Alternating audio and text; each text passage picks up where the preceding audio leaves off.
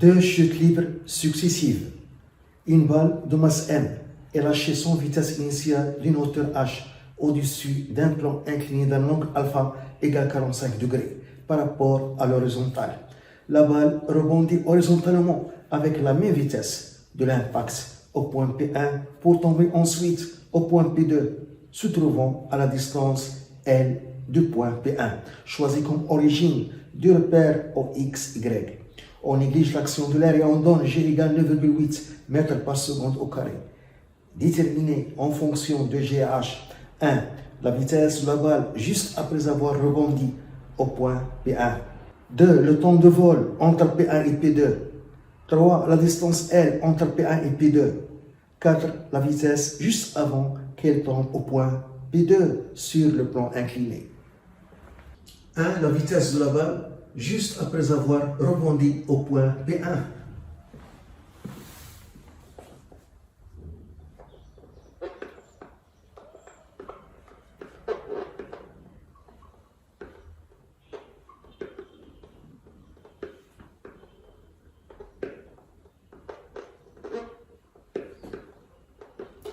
Au point P1. Le schéma, à la t égale 0, on a lâché une balle sans vitesse initiale d'une hauteur h, d'un plan incliné, d'un angle alpha égale 45 degrés. La balle frappe le plan incliné au point P1, le point d'impact. Le point P1 qui est choisi comme origine de repère au X ou Y. Au point P1, la balle rebondit horizontalement avec la même vitesse, V0. Ensuite, la balle tombe au point P2. Il y a deux mouvements, chute libre verticale et chute libre non verticale. On étudie d'abord le mouvement de chute libre verticale. Chute libre verticale. On applique la deuxième loi de Newton. Il y a une seule force, c'est le poids P qui est égal M à G. P, c'est M fois G est égal M à G.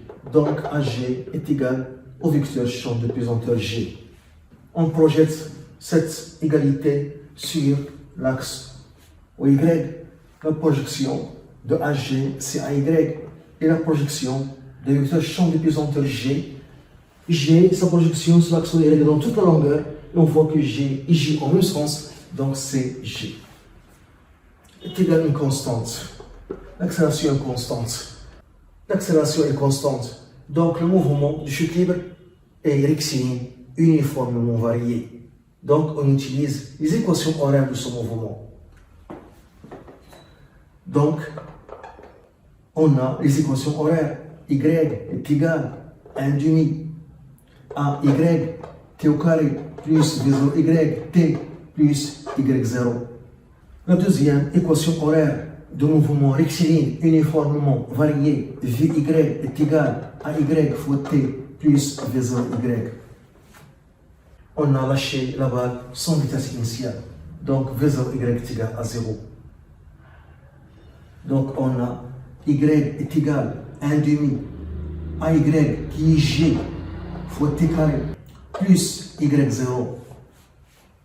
Vy est égal à Y fois t, à Y c'est G fois t, V0Y est égal à 0.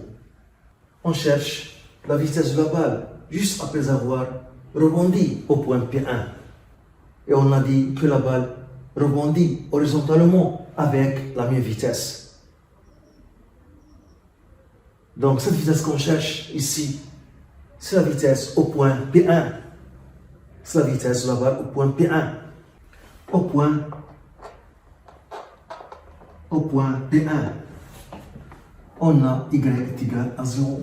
Donc je remplace ici Y par 0. Et je cherche la date correspondante à Y est égal à 0. Au point P1, le point de l'impact. Donc 0 est égal à 1 demi G t carré plus Y0. L'ordonnée Y0, c'est l'ordonnée à t égale à 0. Donc on voit que cette ordonnée est négative. H, la hauteur positive. Donc, Y0, c'est moins H. On a Y0 est égal à moins H.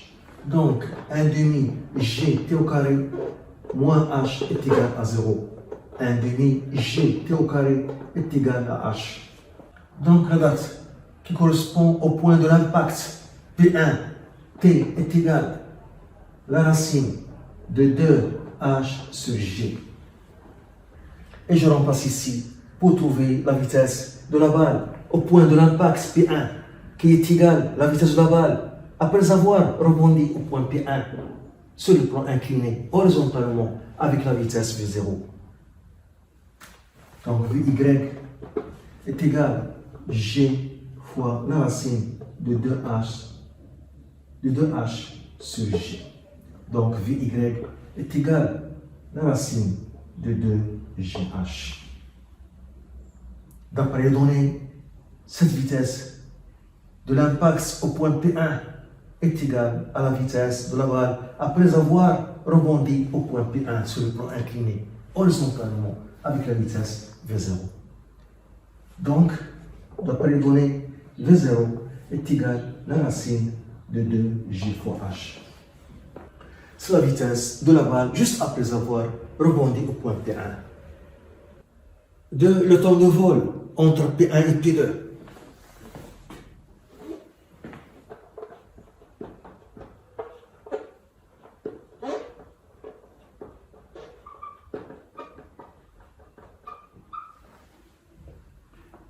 Entre P1 et P2, on a un autre mouvement, chute libre non verticale.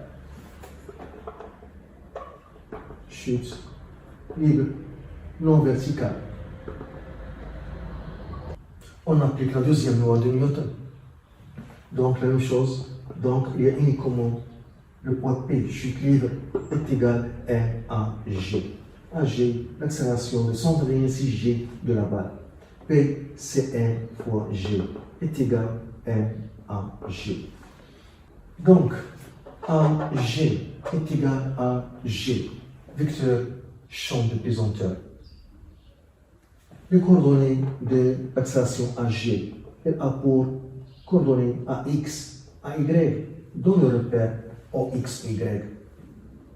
Et G a pour coordonnées sur l'axe OX, G est perpendiculaire à l'axe OX. Sa projection sur l'axe X donne 0. Et sur l'axe Y, la projection donne toute la longueur et J en un sens. Donc, la coordonnée est positive, donc c'est G. L'égalité des vecteurs signifie l'égalité des coordonnées. Donc, AX est égal à 0, AY est égal à G. D'après ce résultat, on peut décomposer le mouvement du centre d'inertie J de la balle en deux mouvements. Mouvement rectiligne uniforme suivant l'axe X, car AX est égal à 0. Et mouvement rectiligne uniformément varié sur l'axe Y, car AY est égal à G, est égal à une constante. AX est égal à 0 signifie mouvement rectiligne uniforme.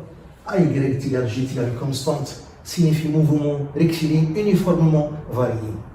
Donc on peut décomposer le mouvement de centre d'inertie G de la balle en deux mouvements. Mouvement rectiligne uniforme sur l'axe X et mouvement rectiligne uniformément varié sur l'axe Y. On écrit les équations horaires de ces mouvements. Donc sur l'axe X, on a X est égal à V0x fois T plus X0. Et sur l'axe Y, on a l'équation horaire de mouvement rectiligne uniformément varié qui est 1 demi AY T au carré plus V0Y T plus Y0. Ce 0 ici, Y0, X0, V0X, V0Y, ce 0 signifie à T égale à 0. On a un autre mouvement, chute libre non verticale. Donc on choisit une autre origine des dates. T égale à 0 au point de l'impact P1. Et on voit que à T égale à 0, X0 est égal à 0, Y0 est égal à 0. on a x0 est égal à 0, x0 est égal à 0. Et on a v0x est obtenu par projection de vecteur v0 sur l'axe OX, la projection dans toute la longueur. Donc c'est v0. v0y est obtenu par projection de vecteur vitesse v0 sur l'axe y, v0 perpendiculaire à l'axe y, donc est égal à 0. Donc les équations horaires sont x est égal à v0 fois t, y est égal à 1 demi à y, c'est g fois t carré. v0 est égal à 0, y0 est égal à 0. Pour le point P2, il appartient à la trajectoire. Donc, ces coordonnées vérifient ces deux équations. Il appartient aussi à la ligne de plus grande pente. Cette ligne de plus grande pente a pour équation l'équation d'une droite, y est égal à x qui passe par l'origine. A, c'est le coefficient directeur. Et le coefficient directeur est égal à la différence des ordonnées sur la différence des abscisses correspondantes. C'est-à-dire le côté opposé sur le côté adjacent de l'angle alpha. Ici, on a le même angle alpha, 45-45, car ils sont alternes. Donc, le coefficient directeur A, c'est tangente alpha. A est égal à tangente alpha, qui est 45 degrés, qui est égal à 1. Donc, on a y est égal à x. Y est égal à x. Donc, V0 fois t est égal à 1 demi gt au carré. On cherche le temps de vol t. Je simplifie par t ici. Donc, V0 est égal à 1 demi g fois t. V0 est égal à la racine de 2g fois h. Donc la racine de 2g fois h est égale à 1 demi g fois t. Donc là-bas, c'est qu'on cherche de vol entre P1 et P2 est égal à 2 fois la racine de 2gh sur g. Donc le temps de vol entre P1 et P2, t est égal à 2 fois la racine de 2h sur g. 3. La distance entre P1 et P2, c'est L. 3. La distance L entre P1 et P2. On a ici un triangle rectangle. On applique le théorème de Pythagore. Donc L est égal à la racine de x carré plus y carré. X, y sont les coordonnées du point P2. Et on a x égale y. Donc L est égal à la racine de 2x au carré. X, c'est V0 fois t. Donc on a x est égal à V0 fois t égal. Et V0, on a montré que V0, c'est la racine de 2g fois h fois t. Et on a montré que t, c'est 2 fois la racine de 2h sur g. Donc x est égal à la racine de 2g fois h fois t, 2 fois la racine de 2h sur g. Et on aura h au carré dans la racine. Donc ici, je vais avoir donc x est égal à 2 fois la racine de 2g fois h fois 2h sur g. Je simplifie par g. Je vais avoir la racine de h carré c'est h et la racine de 4 c'est 2. Donc x est égal à 4 fois h.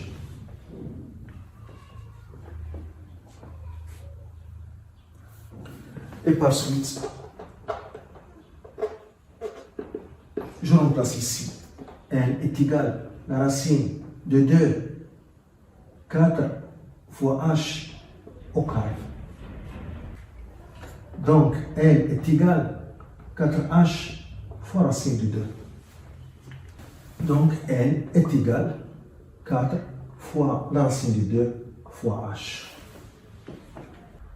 4. La vitesse de l'impact au point P2.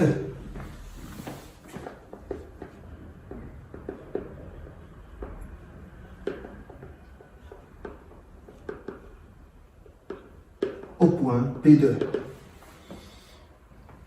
On a les équations horaires. X est égal à V0 fois T. Y est égal à 1 demi G T au carré. Les coordonnées de l'ex vitesse. Vx, c'est la dérivée de x par rapport au temps, par définition, est égal à V0. La coordonnée Vy, c'est dy sur dt est égal à J fois T. Et nous avons montré que V0, c'est la racine de 2JH.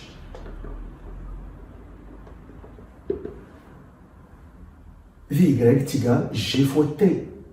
Et T, c'est 2 fois la racine de 2H sur G.